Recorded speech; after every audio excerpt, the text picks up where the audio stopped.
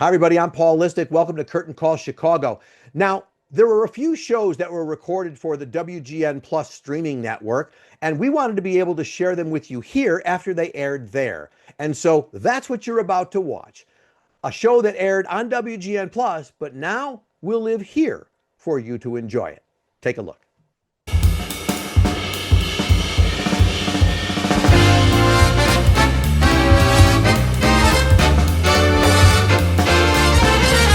All right, we are back here on Paul Listic Behind the Curtain, and now we're going to shift to a really fascinating show, sort of an old story that has come back and is being told in a very new and different way.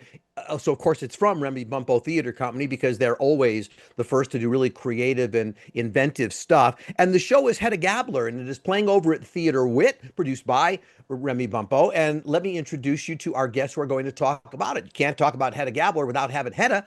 And so we have Hedda Gabler joining us. Aurora Real de Asua is here. Not only a great name, but a great role that you play. And Felipe Carrasco, who prays and plays the role of Ejlert Lovborg. We're going to find out who you are in just a moment. But of course, when you get to talk to the director, it is such a treat. And one of the Chicago legendary directors, Marti Lyons, is back. We got to talk during Art, which was such an incredible show. Welcome back, Marti. Thank you. Aurora, I'm going to come to you. Tell people, because this is actually an old show, right? Old show. Yeah, but it doesn't play that way. So tell people what this historic show is all about today as we watch it. Yeah, old show, new adaptation. It was first done, the version we're doing, I think in like 2013 and roundabout on Broadway. This is the story of a woman who has a lot of energy and a lot of fire and nowhere to put it. And it's about the way that the choices she makes in her life end up forcing her to more and more violent conclusions. And I think if we were to think about what it means to do today, I think what it means to me, it gets at like what it means to really be brave and to make the strong choice in life and what happens when you don't do that. And I think that's something that's applicable at any time period. And we're going to come around and talk about some of the other characters. But Aurora, I have to tell you, everybody's doing their job. They're doing their thing. We'll find out about Felipe in a moment. But when you enter that stage, it is just a moment. I mean, you just are so present, and I'm guessing that's kind of the head of character. But you blew me away. I mean, there's just all this stuff is going on, and you're there, and then boom, and that's because of who you're. I guess I'll stick with you for this next question. That's kind of who your character is, isn't it? That's correct. Yeah, that's very sweet of you to say.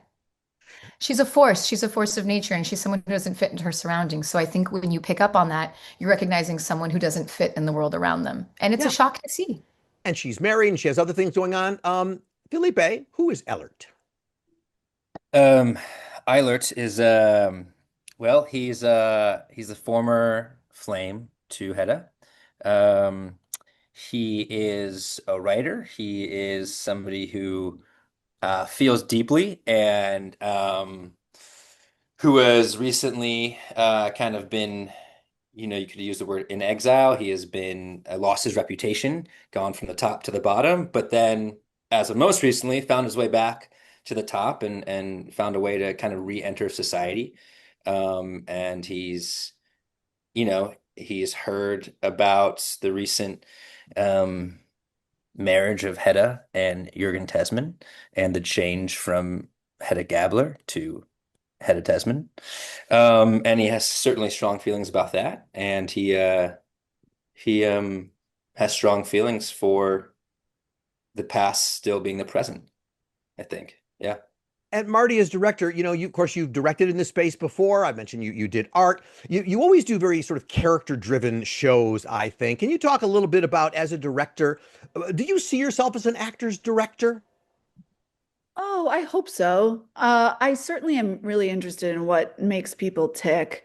I think the theater can be a great place for exercises in compassion, but more than just an empathetic view, I'm more just interested in understanding people, like why, especially people who are not predisposed to it somehow make a certain action. I mean, I think there are characters who declare themselves villains at the beginning of a narrative, and then you watch their villainy, and there's a kind of delight to that, right?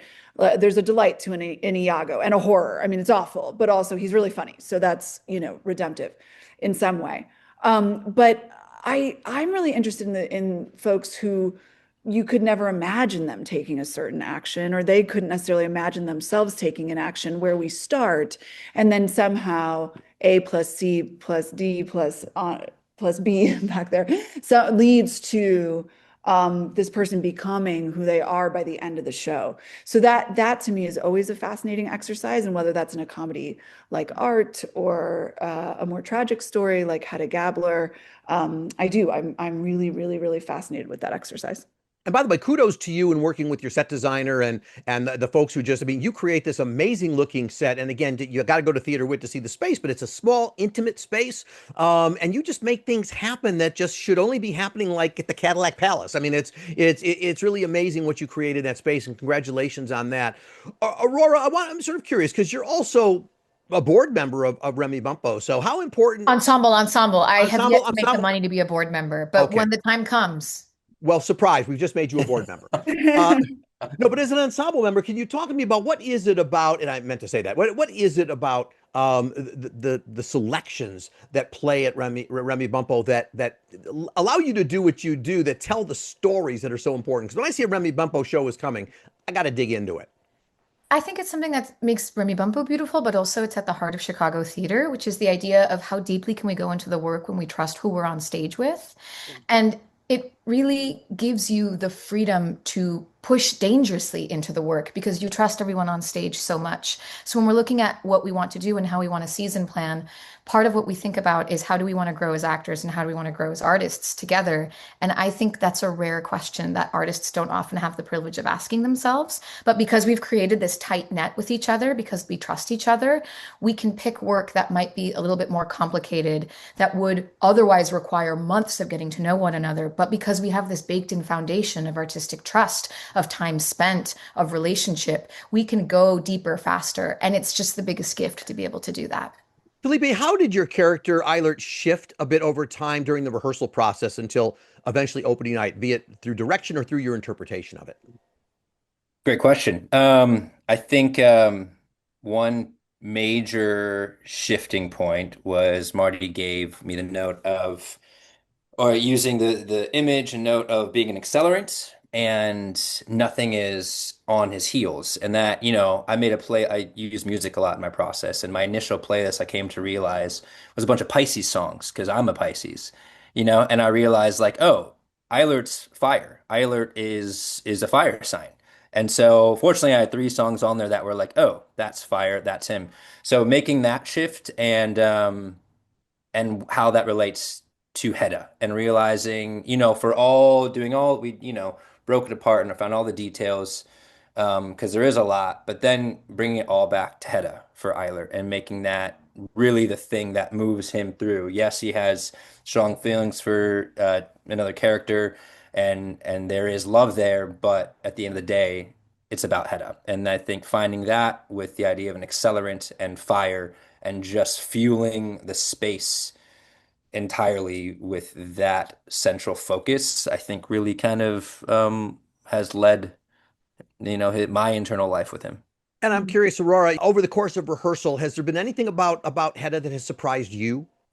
How kind she is, which is ironic because I think Yeah. kindness is maybe the last word one thinks of when one hears the words or the name Hedda Gabler.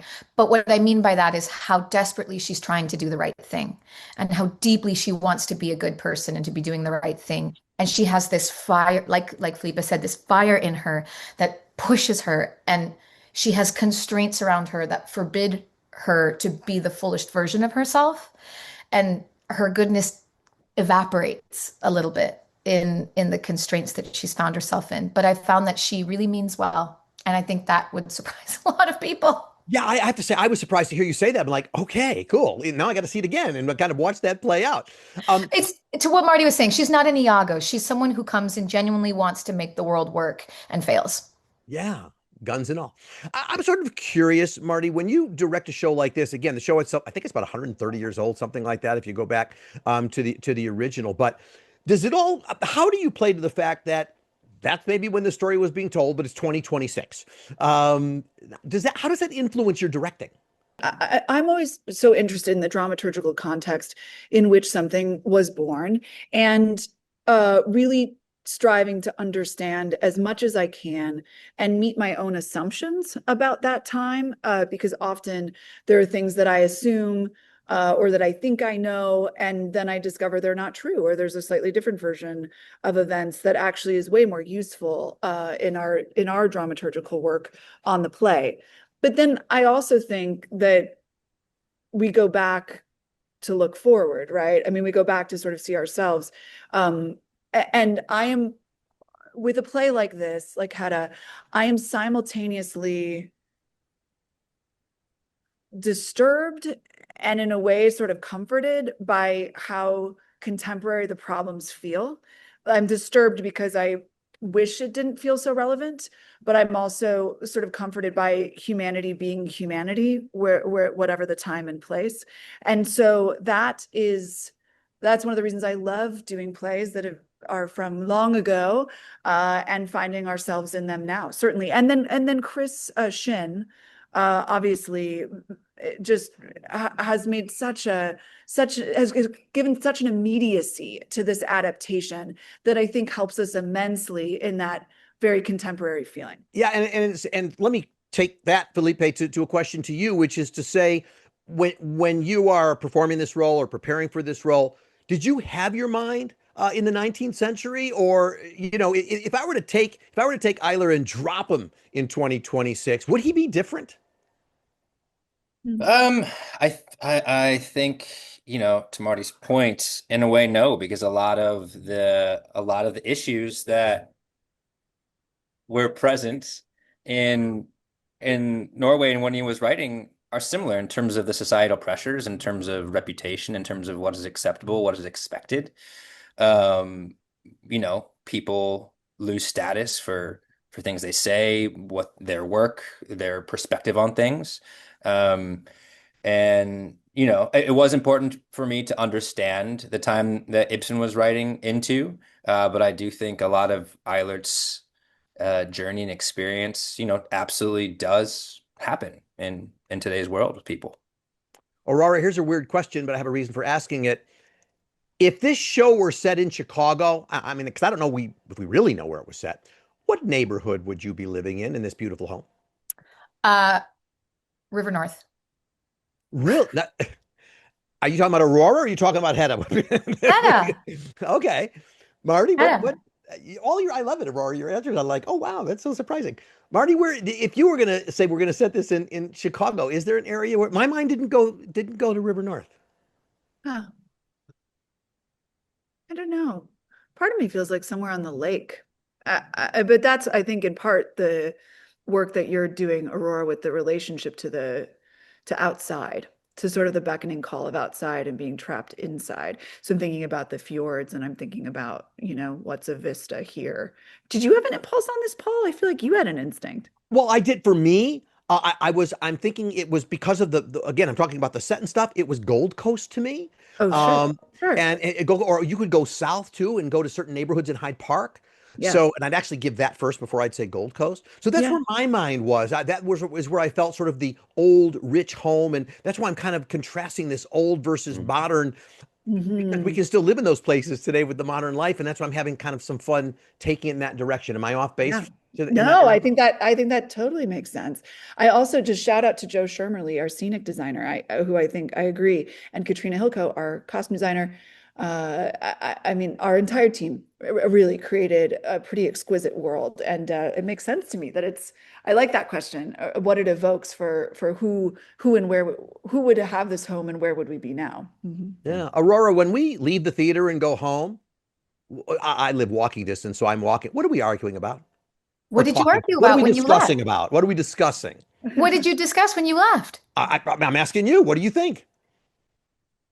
What do I you think want us talking about? Is what I really should ask. there's nothing I want, because I think the best thing about theater is it reveals what you have inside you. And so my greatest hope is that people have personal connections to it and they get into vociferous arguments, and that nobody comes away with a neat, pat understanding of what happened and why, but that people have strong opposing opinions about every single character and every single decision in the show based on who they are independently. All as right, viewers. and I'll answer your question after we get Felipe. So, Felipe, what do you want us talking or arguing or discussing on our way home? I would hope that people are um, expressing their deepest, inner feelings about the play. I don't specifically to what it is. I too can't. There's nothing specific that whatever pops out to them. I think that's also what Ibsen was writing to as well, is a bunch of individuals in society all wanting deeply their own their own way, and they hurt each other in that way. And so I hope people are just coming out. And Marty, just as a director, you must have vision for what you want the audience to get out of it. So, what is your thought? Well, I don't know that this is what I want. I mean, I can tell you what I hear and what I hypothesize. That works. I think that people have very strong opinions about Hedda, about whether she's good or bad or relatable or not relatable, or whether, and I think that some of that debate is quite gendered, actually. I think we see a lot of masculine protagonists who get to behave very badly, and we leave with very complex views of who they are. And so that's, I guess what I hope is that there's discussion around the immense complexity of these characters and the complicated nature in which they act, as opposed to a kind of reduction about who she must be, or how we must think of her, or judge her based on what we prefer to think, reducing her to a few actions as opposed to the totality of the person that we see represented. And Aurora, to answer your question, I walked out talking about a couple of things. The set, because I was just really struck by it. And then secondly, your character. I couldn't decide if not you, but if Hedda was crazy, or if she was, if there were true, maybe mental concerns going on, or whether this was all a plan or a plot. I tried to figure out the sort of awareness level of Aurora, and how much of this was a plot and how much, and scheming, there's the word I couldn't think of, as sort of a scheming thing, and how much of it was she's just going through the experiences with people popping in and out, and it was just changing before our very eyes. Yeah. Oh, it's a beautiful thing to be, or it's a complex thing to be thinking about. I always hope that people see her trying to do her best, because I feel like that's always the most interesting thing, when you see someone try to do their best and end up making a series of mistakes, rather than someone who sets out to pervert the world in a certain way. All right. I always feel like that forces us to think a little harder. All right. I will have to wrap up. My final question for you. I'll start with you, Aurora. If you could give your character one piece of advice, if there was a Hedda Gabler that you were talking to and she said, "I need your advice," what would you tell her? Move to Italy or Spain. Get out of Norway. Or Hyde Park, Get where it out. Felipe, do you have advice for your character? He said, "I need your help." Ooh, I would say uh, tell her the truth. Mm. Wow. Marty, I'm kind of liking the answers I'm getting from these guys. What do you think? Yeah, I'm with it. Final question for you, Marty. I think the thing I want the characters to know is, like, I see you. Like, I think Ibsen is so good at again, that complication, those complicated motives. Is something impulsive? Is something premeditated? Like you're saying, Paul, like it's really hard to tease out. But I do think in the crafting of the work with this magnificent ensemble, I really understand why they do each thing they do. Whether or not it's good to do, whether or not they're going to regret it, I get why. And I'm just like, yeah, I see you. I wish I could help, but just know, at least I see you. And I think the bottom line to our conversation that we've had is that this is a show that you need to talk about when you walk out, and everything from the historical nature of it in terms of Ibsen to how it plays today. And the questions I asked you were the things that are just going through my mind all the time. It's not, with all due respect, it's not Elf where we could walk out and go, well, that was fun.